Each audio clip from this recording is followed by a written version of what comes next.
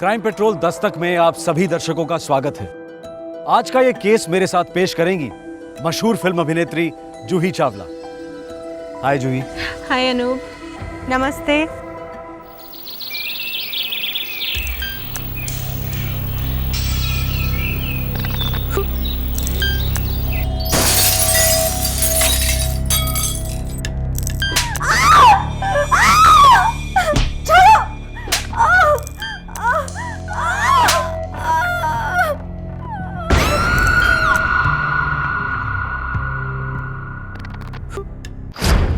आज का केस शुरू तो हुआ एक आम घरेलू समस्या को लेकर, पति पत्नी के बीच की अनबन। पर रिश्तों में लगी दीमक अक्सर होने वाले जुर्म की दस्तक देती है। एक शादीशुदा औरत होने वाले जुर्म के सिग्नल्स पकड़ नहीं पाई और उसे इस गलती की बहुत बड़ी कीमत अदा करनी पड़ी। 23 सितंबर 2010, देहरादून।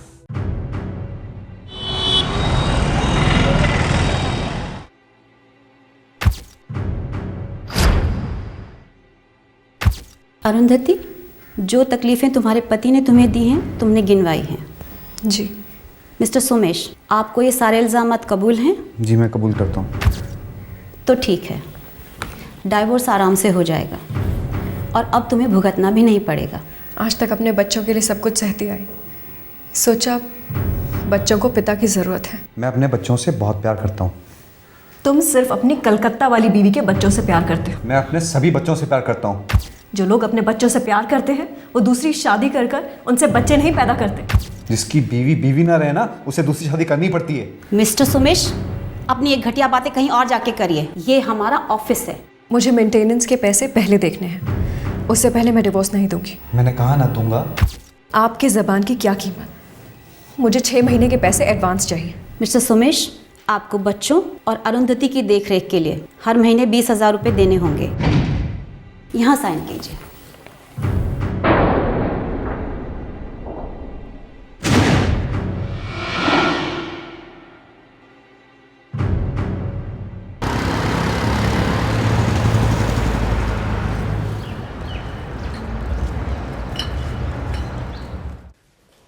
अरुंधति के माता पिता और भैया जानते थे कि अरुंधति की शादी दम तोड़ रही है।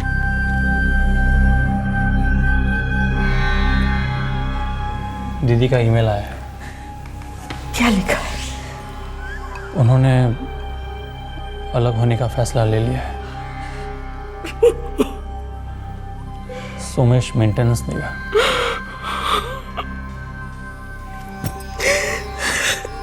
तकदीर नहीं बदलती। नहीं, गलती को तकदीर का नाम मत दो। ये शादी ही गलत थी। भगवान करे उन दोनों के बीच पहले जैसा सब ठीक हो जाए। अरुंधति और सोमेश के बच्चे छोटे थे, पर अपने माता पिता के बीच घमासान लड़ाइयां देख चुके थे, आदी हो चुके थे। लेकिन इन मासूमों को भनक तक नहीं थी कि उनके मम्मी पापा हमेशा के लिए अलग होने जा रहे थे। अरे रोमा, डिवोर्स तो सिर्फ एक फॉर्मेलिटी है ना। मैं कह रहा हूँ ना, मैं पूरी तरीके से तुम्हारा ही हूँ। अब बस कुछ ही दिनों की तो बात रह गई है।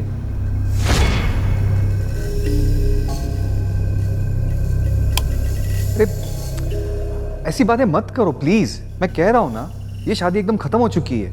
It's finished. अब हम लोग नए सिरे से एक नई जिंदगी शुरू करेंगे, ठीक है? मैं, तुम और हमारे बच्चे, बस। I love you Roma. I really love you. Okay. Bye. पता नहीं वो कौन सा मनहूस दिन था जब तुम मेरी जिंदगी में। किसी जमाने में ये दोनों उस दिन को सबसे खूबसूरत दिन मानते थे। ये प्रेम कहानी 1992 में शुरू हुई और 1999 में अरुंधति और सोमेश विवाह के बंधन में बंध गए। 2004 में इस जोड़े को जुड़वा बच्चे हुए। ये परिवार अपने आप में संपूर्ण हो गया, लेकिन स्वर्ग को नर्क में बदलने में ज्यादा देर नहीं लगी। सोमेश ने अरुंधति की पीठ पीछे दूसरी शादी कर ली, लेकिन जब तक अरुंधति को पता चलता, पानी सर के ऊपर जा चुका था।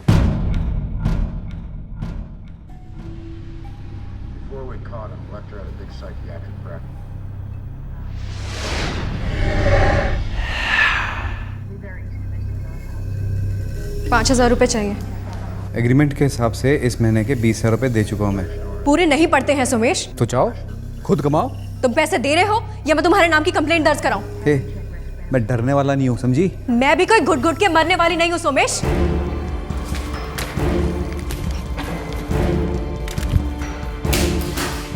अपनी लिमिट में रह, समझी? वरना मैं लिमिट के बाहर चला जाऊंगा। अरे जाओ, तुम जैसे डरपोक इंसान की लिमिट हो भी क्या सकती है? एक थप्पड़ मारोगे या कुछ फेंक के मारोगे? अरे पता नहीं उस औरत ने तुम जैसे नामर्द में देख क्या लिया। छी! अब बहुत हो गया, बहुत हो गया, बता रहा हूं। बहुत नहीं हुआ, ये तो अभी सिर्फ शुरुआत है। तुम एक शादीशुदा आदमी होते हुए किसी चीप लड़की के साथ जाकर 7 फेरे कैसे ले सकते हो? अब तुम देखो, कानून तुम्हें जेल के कितने फेरे दिलवाता है। पूरे 7 साल के लिए अंदर जाओगे तुम, समझे? 7 साल के लिए फिरेगी मुझे अंदर? अच्छा, मैं बताता हूँ कितने टाइम के लिए अंदर जाता है तू।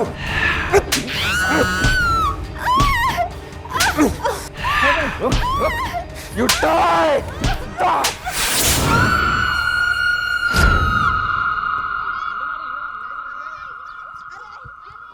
उस खामोश दोपहर को वो चीख किसी ने नहीं सुनी, न पड़ोसियों ने, न बाहर गुजरने वालों ने, और न बेडरूम में सोए दोनों बच्चों ने।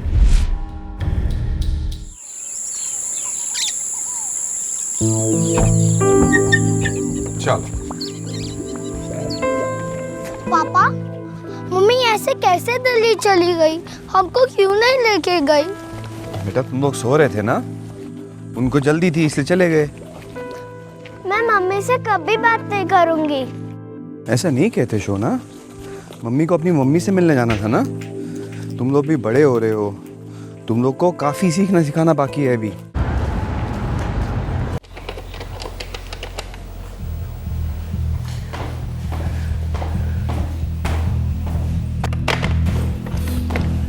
राजन, अरुंधति फोन नहीं उठा रही है।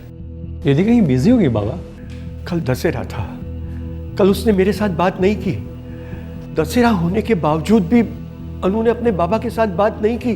बाबा टेंशन मत लो ना, मैं ऑफिस जाके फोन करता हूँ।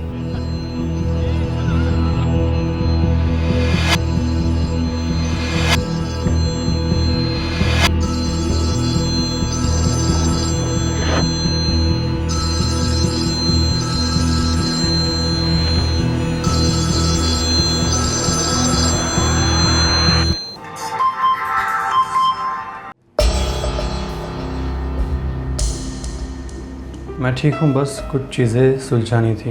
उम्मीद करती हूँ कि दशहरा अच्छा रहा होगा। मैं फिर कभी फ़ोन करती हूँ।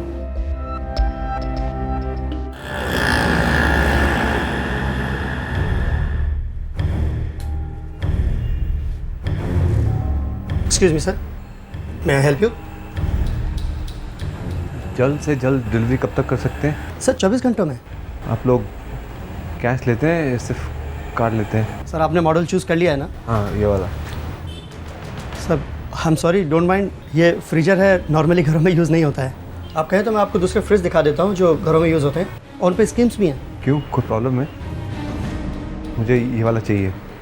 Okay sir, sure. मैं कैश दे देता हूँ। प्लीज़।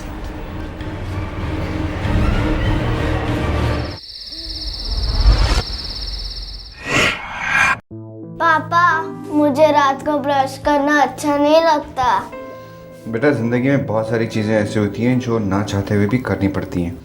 आज के बाद रोज़ रात को ब्रश करना है, ठीक है? अब रोज रात को ब्रश करना पड़ेगा?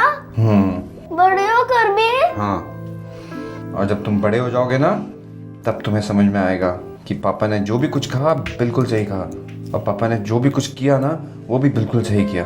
अभी चलो ब्रश करो।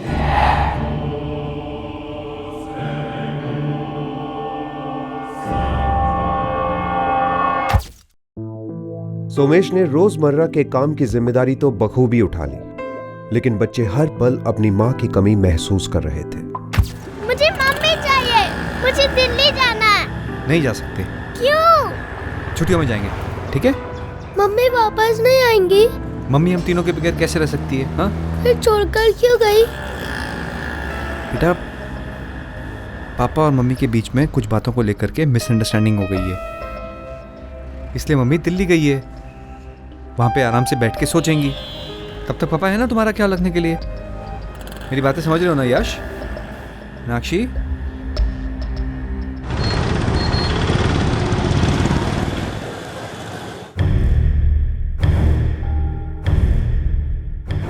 ये देखिए साहब, इससे पत्थर भी चूरा हो जाएगा साहब। मैं आपको दिखाता हूँ सर इसको।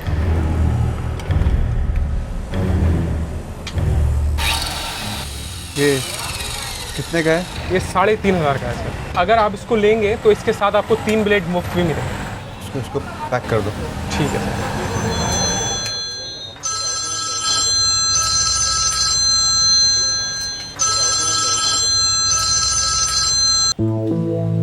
बोल राजन। हाँ बस ऐसे ही, वो दीदी फ़ोन नहीं उठा रही थी और 2 दिन से बात भी नहीं हो पा रही है। अरे वो तो मुझसे भी बात नहीं कर रही है, बैठी रहती है पुतले की तरह चुपचाप।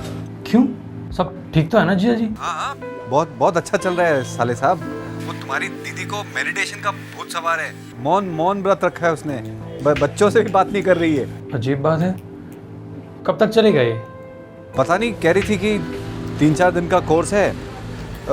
अब जब बोलेगी तभी पता चलेगा ना कि कब खत्म होगा। आप दोनों के बीच में जो कुछ भी हो रहा है ना, मम्मी पापा बड़े परेशान हैं यहाँ पर। अरे उनसे कहो मैं कोई राक्षस नहीं हूँ।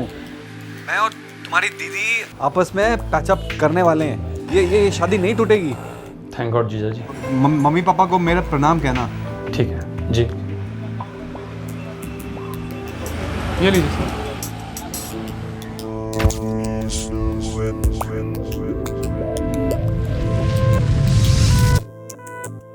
चलो नाश्ता रेडी है, आ जाओ।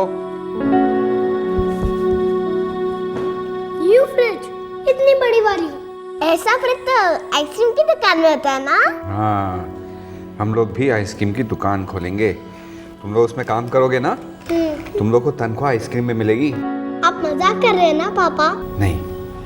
हम इतनी सारी आइसक्रीम खाएंगे तो मम्मी हमें बहुत डांटेगी। तुम्हें जो आइसक्रीम खानी है, जितनी आइसक्रीम खानी है तुम खाना, मम्मी चूं तक नहीं करेगी। पक्का? पक्का। सच? सच। ये लीजिए आपके लिए। ये ले बेटा। मैंने जगन्नाथ जी से कहा था कि मेरी अरुंधति की जिंदगी संवार दे। शुक्र है उन्होंने मेरी सुन ली। ये नसीब वसीब के चक्कर में मत पड़ो, सब ठीक ही होगा। मैं सोच रहा था कि दिवाली के लिए दीदी और बच्चों को थोड़े दिन के लिए यहाँ लेके आते, खूब मस्ती करेंगे। हाँ क्यों नहीं। बहुत अच्छा इरादा है, जल्दी से जाके उसे ले आ। बहुत दिन हुए उसे देखे हुए।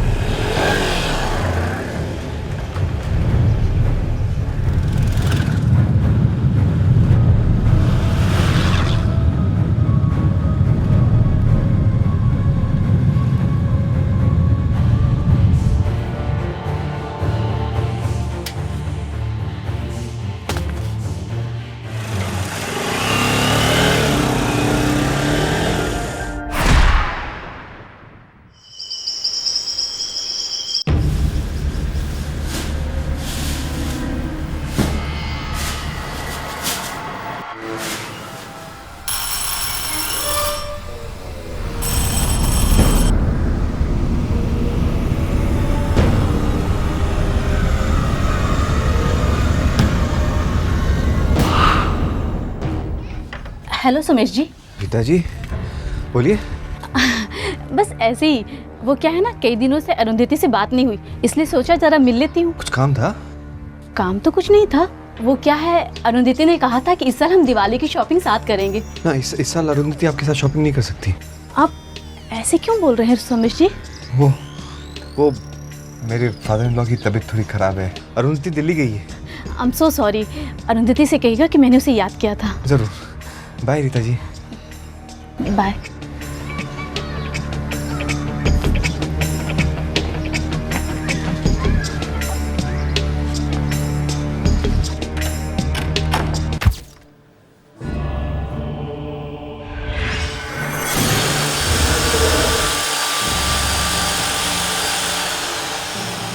जाहिर है कि सोमेश झूठ बोल रहा था।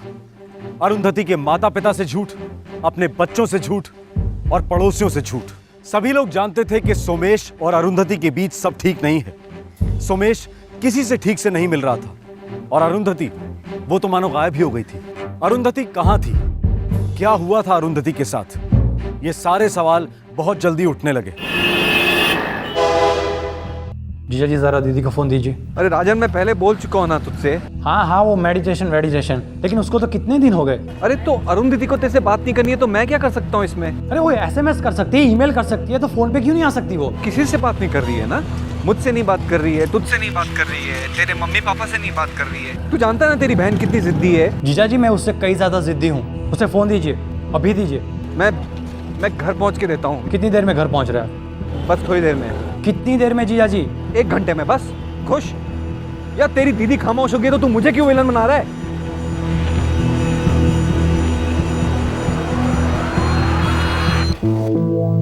क्या बोला?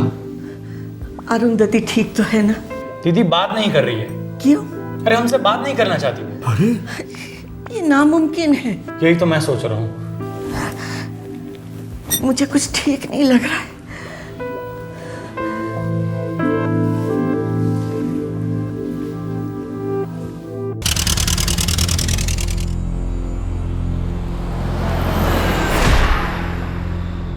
अगले ही दिन अरुंधति का भाई राजन देहरादून पहुंचा।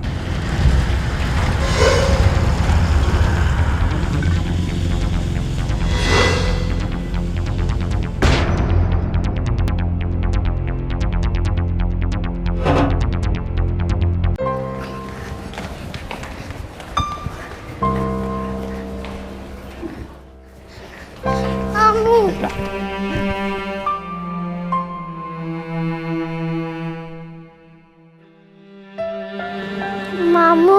हाँ? मम्मी कहाँ है? मम्मी आपके साथ क्यों नहीं आई मामू? मुझे मम्मी की बहुत याद आ रही है मामू। मैं भी आपके साथ दिल्ली चलूंगी। मुझे भी मम्मी से मिलना है। तुम्हें कैसे पता चला कि मम्मी दिल्ली में है? पापा ने कहा था मामू। पापा ने? कब कहा था बेटा? बहुत दिन हो गए जब से मम्मी दिल्ली गई है, तब से। अच्छा बेटा, तुमने मम्मी को दिल्ली जाते देखा था? कोई बात हुई थी? नहीं, तभी हम लोग सो रहे थे। पापा कह रहे थे मम्मी दिवाली में वापस आ जाएगी, पर नहीं आई।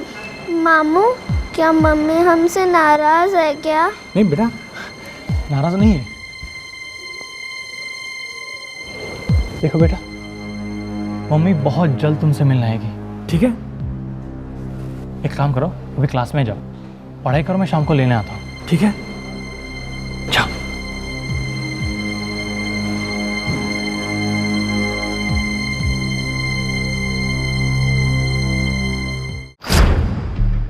राजन ने पुलिस को इत्तला करने में 1 सेकंड की भी देरी नहीं की और पुलिस ने सोमेश के घर पहुंचने में भी कोई देरी नहीं की।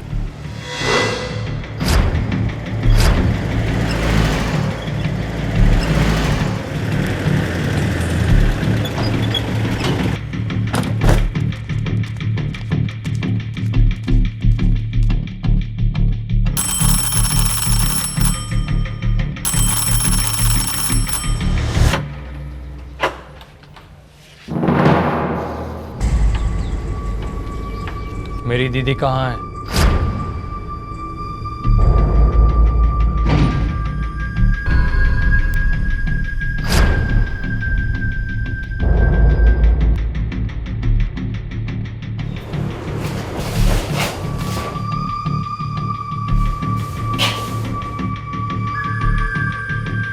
मिस्टर सोमेश, कुछ बोलेंगे भी?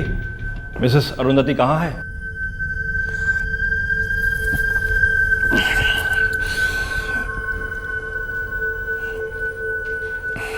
मैं बताता हूं। अरुंधति मर गई है। मैंने उसे मार डाला। क्या हुआ, क्यों हुआ? सब साफ साफ बताइए मिस्टर सोमेश। जो हुआ वो एक ना एक दिन तो होना ही था। वो मुझे जीने नहीं दे रही थी, मुझे ब्लैकमेल कर रही थी, पैसों की भूखी थी। थक गया था मैं। मरी नहीं थी वो, थोड़ी जिंदा थी। मैं डर गया था, 2 बार मुझ पे डोमेस्टिक वायलेंस के केस कर चुकी थी वो। फिर से अरेस्ट करवाती, टॉर्चर करवाती। मैंने सोचा बस और नहीं। और तूने मेरी दीदी को मार डाला, अरे जान से मार डाला मेरी दीदी को। कितनी सीधी सादी थी। मेरी जिंदगी हराम कर दी थी उसने, जीने भी नहीं देनी थी, मेरे बच्चे छीन ली थी तेरी सीधी सादी बड़ी दीदी। बॉडी कहाँ है? कमीने बोल, मेरी दीदी की लाश के साथ तूने क्या किया? बॉडी कहाँ है? कमीने बोल, मेरी दीदी की लाश के साथ तूने क्या किया?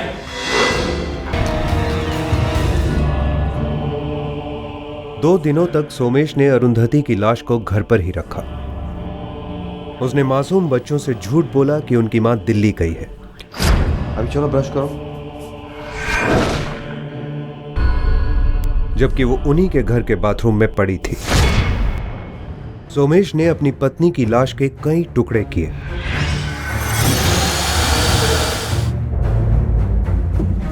उसने उन टुकड़ों को कोल्ड स्टोरेज में पैक कर दिया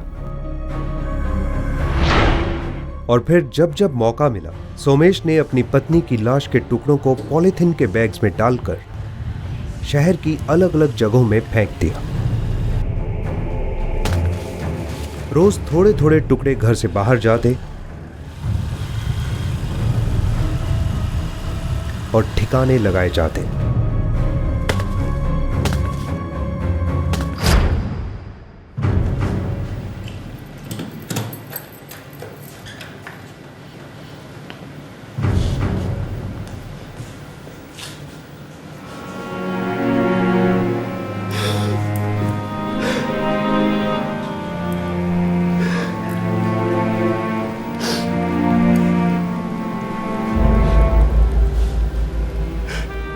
पूरा देहरादून शहर, पूरा देश इस विकृत घिनौने जुर्म की खबर सुनकर सकते में आ गया।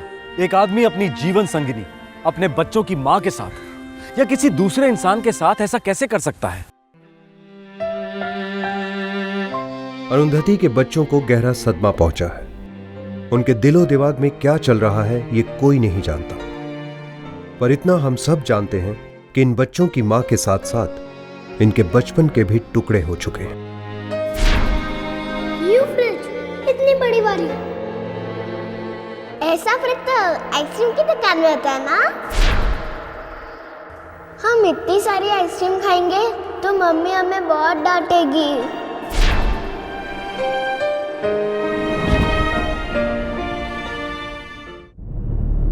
24 मार्च 2011 को सोमेश के खिलाफ चार्जशीट फाइल हुई। फिलहाल वो जुडिशियल कस्टडी में है।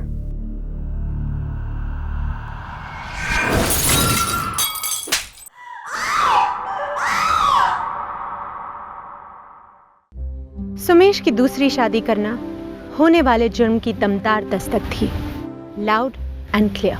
पर अरुंधति के घर वाले जानकर भी अनजान बने रहे, लिविंग इन डिनायल। देखो, तुम मेरी मजबूरी समझने की कोशिश नहीं कर रही हो। समझने समझाने का वक्त खत्म हो गया। आज के बाद तुमने उस लड़की के साथ कोई भी रिश्ता रखा तो समझो तुम्हारा भी वक्त खत्म हो गया। थोड़ा वक्त तो लगेगा ना। तुम्हें बर्बाद करने में कोई भी वक्त नहीं लगेगा, चुटकियों में हो जाओगे, जानते हो ना तुम। इस दुनिया में हर इंसान का अपना वजूद होता है, अपनी एक खास जगह होती है और वो जगह दूसरा कोई नहीं ले सकता। बात जब रिश्तों की आती है और खासकर मर्द और औरत के बीच के रिश्ते की, तो किसी की जगह लेने की कोशिश खतरे से खाली नहीं। जाहिर है किसी को चोट पहुंचने वाली है और किसी को दर्द होने वाला है। 14 मार्च 2011 मुंबई।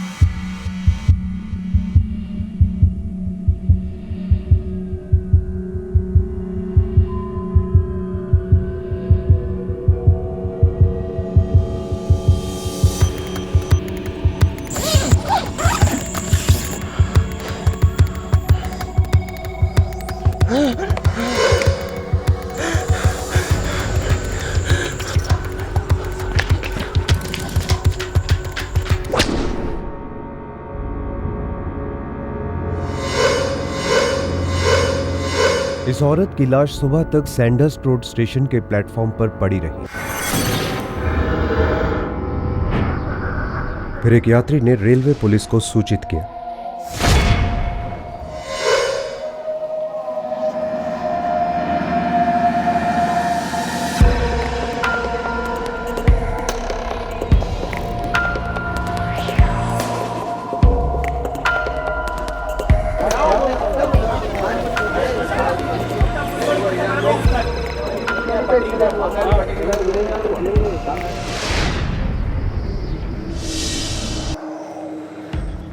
सर, मोती बौखला गया है, किसी एक दिशा में नहीं जा रहा है। रेलवे प्लेटफॉर्म है, पब्लिक प्लेस, काफी मूवमेंट हुई होगी यहाँ पर। सर बॉडी के ऊपर कोई भी आइडेंटिफिकेशन मार्क्स नहीं है, कोई भी पर्सनल आइटम्स नहीं है। मौत कैसे हुई होगी? शायद गला दबाकर।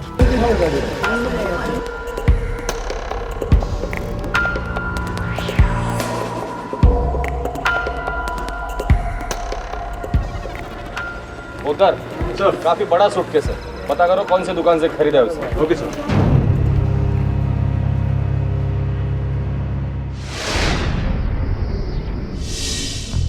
एक सनसनीखेज मर्डर। इस केस का नाम सूटकेस मर्डर पड़ गया था। लाश पर कोई भी ऐसी निशानी नहीं थी जो उसकी पहचान करा पाती। पुलिस को किसी भी दिशा में जाने का रास्ता नहीं मिल पा रहा था। Totally open case. कंफर्म है, गले को हाथों से दबाया गया है। और कोई चोटें? रीढ़ की हड्डी पर 2 फ्रैक्चर हैं।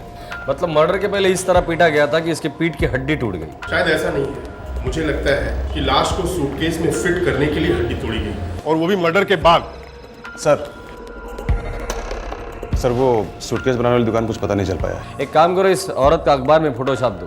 कोई ना कोई तो इन्फॉर्मेशन इस औरत के बारे में हमें मिल ही जाएगी। सर एक इन्फॉर्मेशन और देनी थी। जी कहिए। ये औरत प्रेग्नेंट थी, 4था महीना था।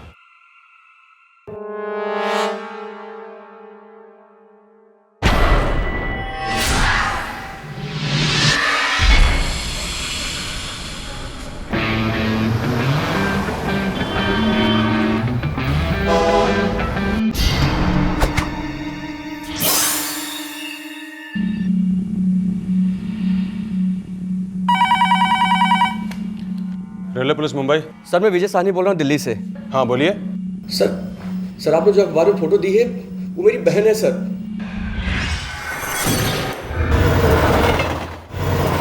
दिव्या सचदेवा नाम है उसका। मैं पिछले 1 महीने से उसको ढूंढ रहा हूँ। दिल्ली देखा, हरियाणा देखा, लेकिन उसका कहीं कुछ पता नहीं चला। शादीशुदा थी वो?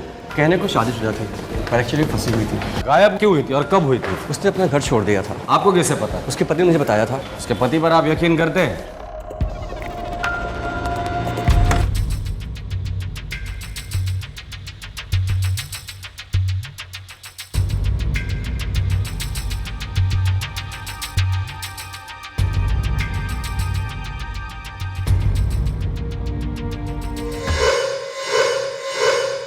ऐसा लग रहा था कि आखिरकार लावारिस लाश की पहचान हो गई थी, पर जो दिखता है अक्सर ऐसा होता नहीं। पता चला कि यह एक मिस्टेकन आइडेंटिटी का केस था और यह लाश अब भी लावारिस ही थी।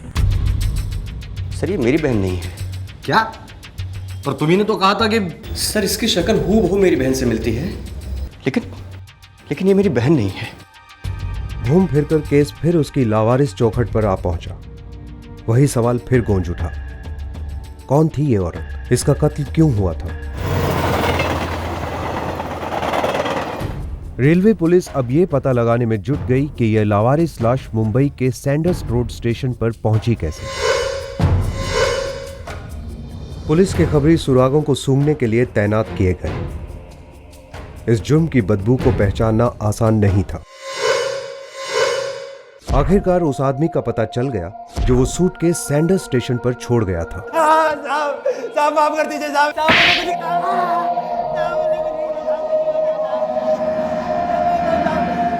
चिलम की कसम साहब, अपन ने सिर्फ बैग चुराया था साहब। काफी भारी था, इससे लगा कि काफी माल होगा साहब। साहब ने जब बैग खोला तो अंदर लपड़ा था साहब, इसलिए अपन वहीं से कट गया साहब। साहब अपन ट्रेन में अकेले भटक रहे था साहब। डोंबे वाली में साहब अपन ने उस बैग को देखा साहब काफी बड़ा बैग था। अपन को लगा उसमें काफी माल होगा साहब। खाली पड़ेला था साहब। अपन सामने बैठा था साहब, बिल्कुल सामने। दादर स्टेशन तक कोई मक्की तक नहीं भटकी थी साहब। तभी अपन ने सुपड़ी में हाथ मारा और सैंडर्स रोड पर कल्टी मार गया साहब। सर ये जर्सी तो बर्बाद लगता है। सर इसमें इतनी हिम्मत नहीं हो सकती कि ये किसी औरत का खून कर दे। डोंबिवली पोद्दार, थाना डोंबिवली हमारा टारगेट एरिया होना चाहिए। पुलिस को जर्सी से कोई खास जानकारी नहीं मिली, पर उसने पुलिस को एक अहम सुराग दिया। उसने सूटकेस ट्रेन में डोंबिवली स्टेशन से देखा था। डोंबिवली और आसपास के सबर्ब्स में पुलिस ने अपनी तहकीकात शुरू की। सारे इलाके में मृतक की तस्वीरें चिपकाई गई।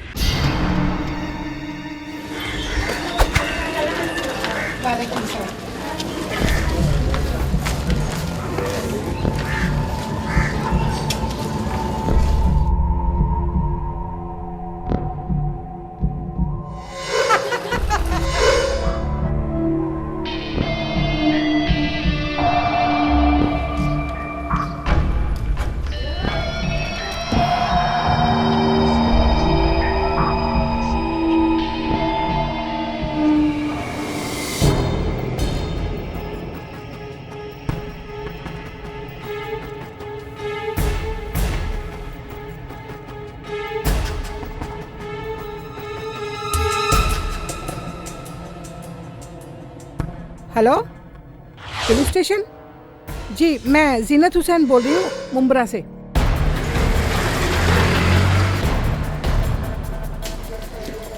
जीनत हुसैन? जी, मैंने ही आपको बुलाया था। वो उस तस्वीर वाली औरत के बारे में बात करनी थी आपसे। जी बताइए, क्या जानती है इस औरत के बारे में? जी, ज्यादा तो कुछ नहीं याद है मुझे इसके बारे में। वो क्यों बुलाया हमें?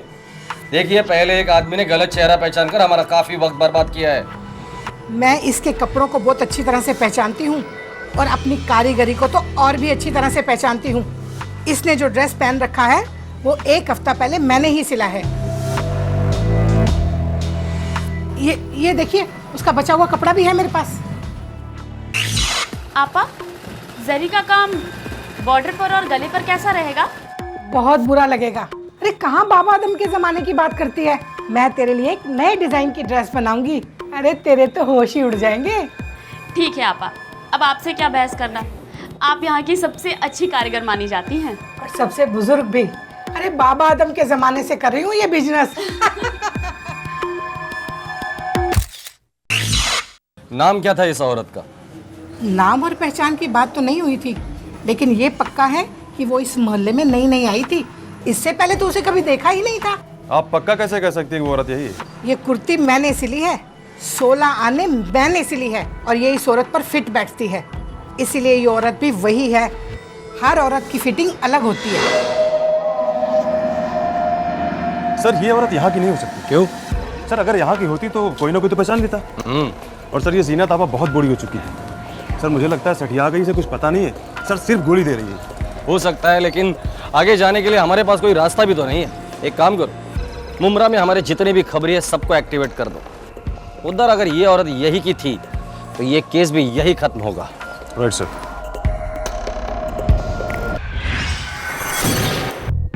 उम्मीद की एक और किरण उभर आई थी।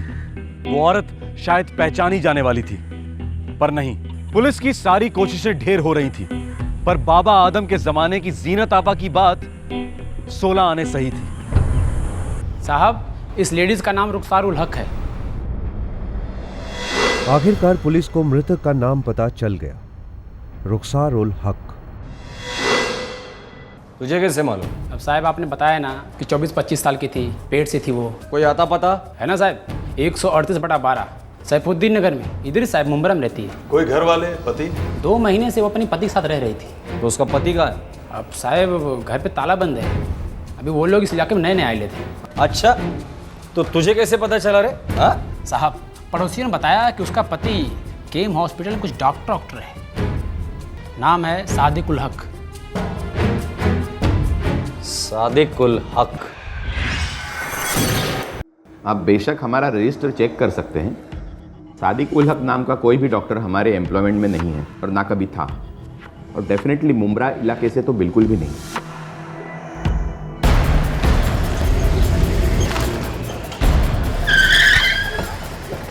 पुलिस तुरंत सादिक उल हक के घर पहुंची। यहाँ अखबार कौन पढ़ता है साहब? ये जो जनानी थी ना रुखसार, वो कभी किसी से बातचीत नहीं करती थी। जब देखो वो घर पर ही बैठी रहती थी। अरे सर, उसका शौहर भी किसी से मिलता जुलता नहीं था सर, लाट साहब की तरह रहता था। सुना है बड़ी डिग्रियां विग्रियां थी उसके पास, नाक तो उसकी आसमान की तरफ ही रहती थी। किसी ने तो बात की होगी कभी, कोई रिश्तेदार या कोई तो घर पर आता जाता होगा। जी नहीं साहब।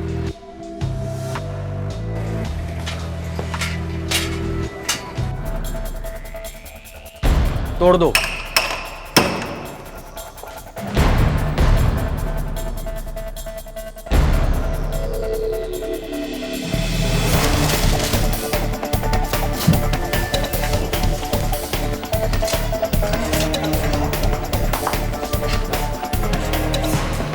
सर इस रेलवे टिकट के अलावा और कुछ नहीं मिला।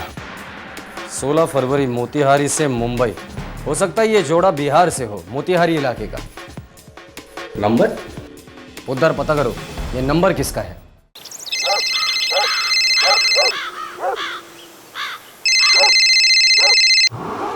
हेलो, फरमाइए। कौन बोल रहा है? हम मुनाफ हुसैन दवा वाला बोल रहे हैं साहब। अच्छा, मैं मुंबई से बोल रहा हूँ। सादिक है क्या वहाँ पर? अरे भाई कौन सादिक? सादिकुल हक, जो मुंबई में रहता है, मुमरा इलाके में, रुखसार के शौहर। अच्छा अच्छा, अपने डॉक्टर साहब। हाँ हाँ वही है। क्या उधर? अरे भाई वो यहाँ क्यों होने लगे? तो कहाँ मिलेगा? उनके बारे में तो तौसीफ या सभी भी कुछ बता सकते हैं। और ये दोनों कहाँ मिलेंगे? अरे साहब ये हकीम खाना है, कोई डाक खाना नहीं। जितना मालूम था उतना बता दिया। अब कुछ दवा दारू चाहिए तो बताइए, वरना फिर अल्लाह हाफिज। कुछ पता चला? सर 2 नाम बताए हैं, तौसीफ और शबीब। दोनों को अंदर ले लो। हाँ बोलो अशरफ। साहब, शबीब और तौसीफ ये दोनों डॉक्टर सादिक के चचेरे भाई हैं साहब। फिलहाल ये दोनों हैं कहाँ? जीवनानी मेडिकल कॉलेज के हॉस्टल में साहब।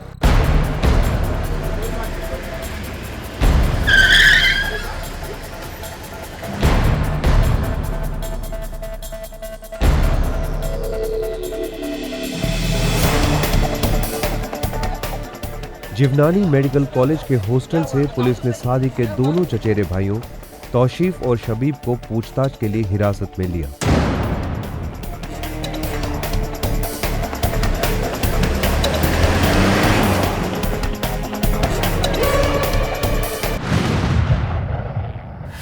सुराग मिलते जा रहे थे, पर मंजिल अभी बहुत दूर थी। इस बात का कोई अंदेशा नहीं था कि रुखसार का कत्ल क्यों हुआ था और उसकी लाश को एक सूटकेस में डालकर कहां ले जाया जा रहा था। इस केस ने मुंबई रेलवे पुलिस की नींद उड़ा दी थी। आखिरकार काली रात खत्म होने के आसार नजर आए। तौसीफ और शबीब बोल पड़े। सादिक कहाँ है? हीना के साथ है सर। गर्लफ्रेंड? बेगम सर, सादिक भाईजान की दूसरी बेगम सर। लेकिन आप कल ही तो लौटे हैं। काम ही कुछ ऐसा है, मुझे सुबह तक इंदौर पहुंचना है। फिर हम मुंबई आए ही क्यों? आधे से ज्यादा वक्त तो आप इंदौर और न जाने कहां कहां रहते हैं। आप करते क्या है दरअसल वहां? क्या मतलब है क्या करते हैं? डॉक्टर हूँ, लोगों का इलाज करता हूँ, और क्या करता हूँ? आप डॉक्टर कम और बिजनेस करने वाले ज्यादा मालूम पड़ते हैं। हर डॉक्टर एक बिजनेसमैन भी होता है। अगर तुम पढ़ी लिखी होती ना तो तुम्हें ये सब बातें समझ में आती। खैर, अपनी अपनी किस्मत, क्या कर सकते हैं। सादिक, मेरा 3रा महीना चल रहा है और इस जगह में एक परिंदे को भी नहीं पहचानती। मुझे बहुत डर लगता है। मैंने तुमसे कितनी बार कहा है कि चलो मायके छोड़ दूं तुमको, लेकिन तुम हो कि मना करती रहती। मैं क्या कर सकता हूँ? आपसे शादी मैंने मायके में रहने के लिए नहीं की है।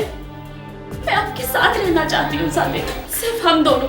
और पता नहीं फिर ऐसा मौका कब मिले।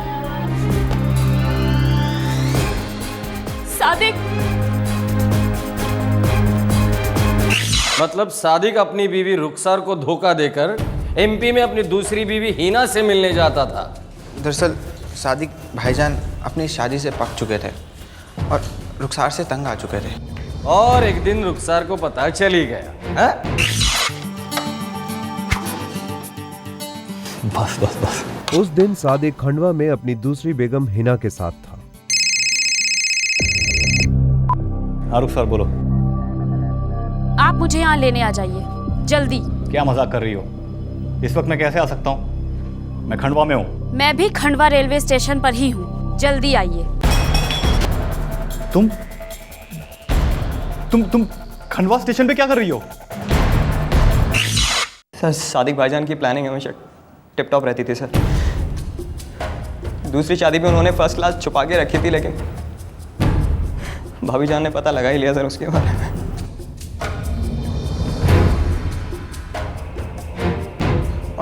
और फिर वो धमकियाँ देने लगी और बात बात में पुलिस के पास जाने की बातें करने लगी। अगर आपने अभी के अभी उस के साथ अपना रिश्ता नहीं तोड़ा तो मैं आपका जीना हराम कर दूंगी। हिना को छोड़ना मेरे लिए नामुमकिन है, वो भी मेरी बीवी है।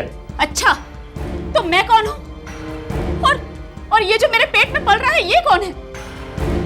अगर तुमने उससे अपना रिश्ता नहीं तोड़ा ना तो मैं तुम्हें बर्बाद कर दूंगी। बस करो, तुमसे शादी करना मेरी बहुत बड़ी गलती थी, तुमसे शादी करनी नहीं चाहिए थी। मैं उस 2 टके वाली जितनी पढ़ी लिखी तो नहीं हूँ, मगर मेरे हक क्या हैं ये मैं अच्छी तरह से जानती हूँ। अरे वो मेरी तो क्या, मेरी जूती की जगह भी लेने के लायक नहीं है। मैं तो सीधा केस करूंगी। केस? हाँ, केस करोगी तुम? धमकी दे रही हो तुम मुझे? हाँ, मैंने सिर्फ दी है, आप तो बेवफाई कर चुके हैं। मुझे पता है तुम ऐसा कुछ भी अनाप शराब नहीं करोगी। आप मेरे बारे में अच्छे से नहीं जानते, आप बस देखते जाइए कि मैं क्या करती हूँ। जब पुलिस में मामला दर्ज होगा ना तब आएंगे आपके होश ठिकाने। सर, पुलिस के पास जाने की जरूरत नहीं है, तुम जैसा कहोगे मैं करने के लिए तैयार हूं। बस बहुत हो गया, अब पानी सर से ऊपर जा चुका है, मैं इस औरत के साथ और नहीं जी सकता। मैंने तो आपको पहले ही कहा था भाईजान, भाभी अपने बराबर की नहीं, निकाह मत कीजिए। आप सुनते नहीं है ना किसी की, अब झेलिए। बस निकाल रहा हूं मैं उसे अपने घर से, अपनी जिंदगी से। लेकिन गांव वाले से क्या बोलेंगे आप भाईजान? बोल दूंगा भाग गई। आप कमाल करते हैं भाईजान, एक झूठ तो आप गांव वालों को बोल चुके हैं कि आप मुंबई में एक डॉक्टर हैं, लेकिन गांव वालों को आप ये नहीं बोल पाएंगे कि एक 4 महीने की गर्भवती औरत कहीं भाग गई। हजारों सवाल पूछेंगे लोग, उंगलियां उठाएंगे आपके ऊपर। उंगलियां नहीं उठेंगी तौसीफ, क्योंकि अगर उंगलियां उठेंगी भी ना तो दिखाई नहीं देंगी, क्योंकि रुखसार दिखाई नहीं देगी। आप क्या कहना चाह रहे भाईजान? तुम दोनों मेरा साथ दोगे ना?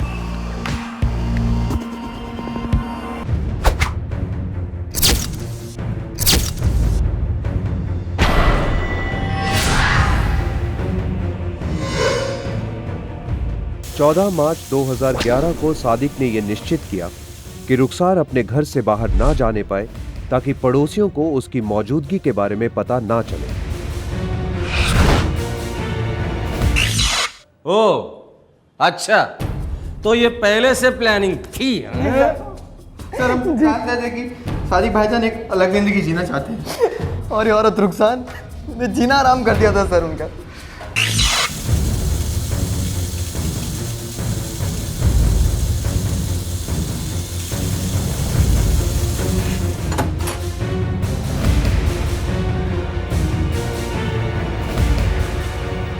खत्म, रात हो जाए बस।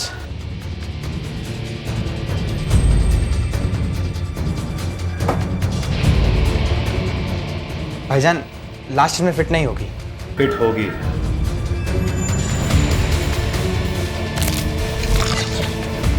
यात्रीगण कृपया ध्यान दें, ये अंबरनाथ से छत्रपति शिवाजी टर्मिनस जाने वाली आखिरी लोकल है। ये गाड़ी सभी स्टेशनों पर रुकेगी। सर हमारा प्लान था कि हम सूटकेस को आखिरी लोकल में छोड़ देंगे सर।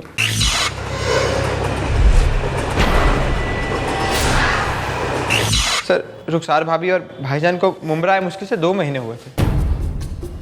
भाभी जान और भाईजान को कोई नहीं जानता था सर। हमको लगा उनको कोई नहीं पहचान पाएगा सर, उन लोगों को कोई पहचानता ही नहीं था सर।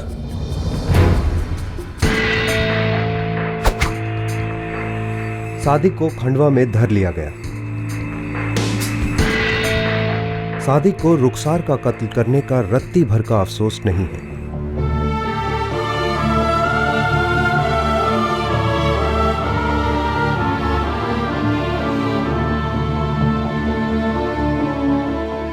आखिरकार रुखसार की लाश को दफना दिया गया है। रुखसार एक खुशहाल शादीशुदा जिंदगी गुजारने की कोशिश कर रही थी और अपनी इसी कोशिश के चलते वो अपनी जान गंवा बैठी। किसी के साथ जबरदस्ती जिंदगी बिताना कोई जिंदगी नहीं होती। रुखसार जान चुकी थी कि सादिक उसका नहीं है और शायद उसका कभी था ही नहीं। जरूरी था कि वो अपने साथ हुए धोखे को समाज के सामने रखे और अपने हक के लिए लड़े, प्यार के लिए नहीं। दर्द जरूर होता, लेकिन जख्म भर जाते, पर जिंदगी तो नहीं गंवानी पड़ती। हर जुर्म दस्तक देता है, ध्यान से सुनिएगा, जानें बच सकती हैं। फिर मिलेंगे, जय हिंद। इस तरह के और भी एपिसोड देखने के लिए हमारे चैनल को सब्सक्राइब करें और बेल आइकन दबाना ना भूलें।